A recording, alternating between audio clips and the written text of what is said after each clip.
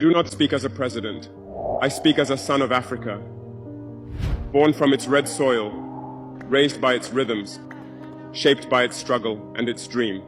For too long we have been told what we are worth, told to export our gold and import our dignity, told to accept hunger while our land overflows. But today we rise, not to beg, not to borrow, but to build. We will educate our children, not to escape Africa, but to transform her. We will harvest our land, not just for survival, but for prosperity that feeds generations. And to the world we say this: we do not seek dominance, we seek fairness, we seek peace with dignity. In South Africa, but now in London, diamonds, platinum, iron, taking everything. What it left in South Africa: 6 million unemployed miners, and these are just the tip of the iceberg. What about the invisible, the secret deals, the offshore accounts, the transfer pricing tricks? Every year, $88 billion in illegal money flows out of Africa. Who writes about this? Every year, $45 billion in aid comes to Africa. Everyone writes about this, but no one says Africa is not the continent receiving aid, it's the continent giving aid. While you zoom your cameras on swollen bellies, there is a huge system working silently in the background. Every day, tons of gold, diamonds, cobalt, uranium, oil leave our land. But how? Here is the system. Step 1, create corruption, bribe our leaders, open offshore accounts, promise them a life of luxury, send their children to your schools. Step 2, make deals, get 50-year, 99-year concessions, ask for tax exemptions, be exempt from environmental rules, ignore labor rights. Step 3, control the infrastructure. Take over is the CFA franc. 14 African countries still use French colonial currency. 50% of these countries' central bank reserves sit in the French treasury. France applies negative interest to this money, so we pay France to use our own money.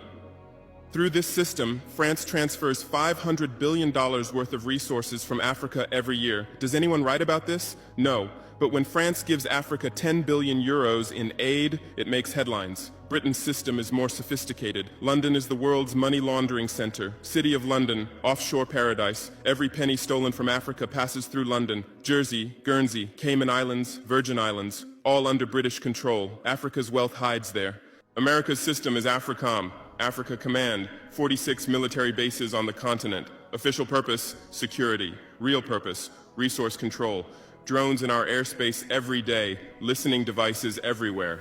They say fighting terrorism, but it's not terrorists, it's people's leaders who are targeted. China is the new player, says win-win, builds infrastructure, gives credit, but in exchange for what? 99-year port concessions, mining rights, agricultural lands, debt-trap diplomacy, ask Sri Lanka, ask Zambia, and you write about none of this. Why? Because you're not free press, you're corporate press, your bosses are billionaires. Jeff Bezos bought Washington Post. Why? For love of journalism? Rupert Murdoch's media empire, Fox News, Wall Street Journal, The Sun, The Times, all from the same hand, all giving the same message. West is good, others are bad. Carlos Slim is the largest shareholder of New York Times.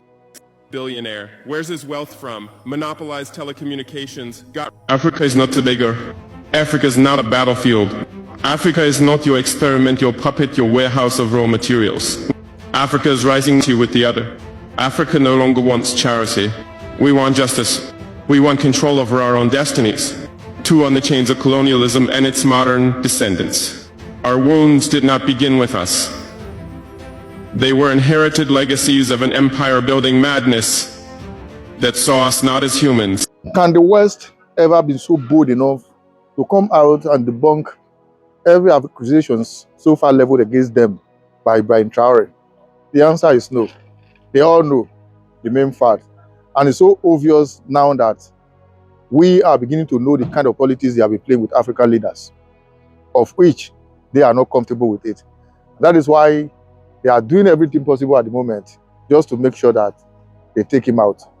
God forbid that will happen. And that is the main purpose why most of us are here, just to sell Africa to the world. That over the years we have been so far marginalized. I think Africa has come of age that they should be left alone to make decisions for themselves. If Africa were to be a newborn baby, by the age so far attained by the continent, I believe it might have been a grandfather. For that simple reason, the West to ask African leaders, if truly they genuinely love us to grow, which part do you think we need your assistance? And we've said we don't need it.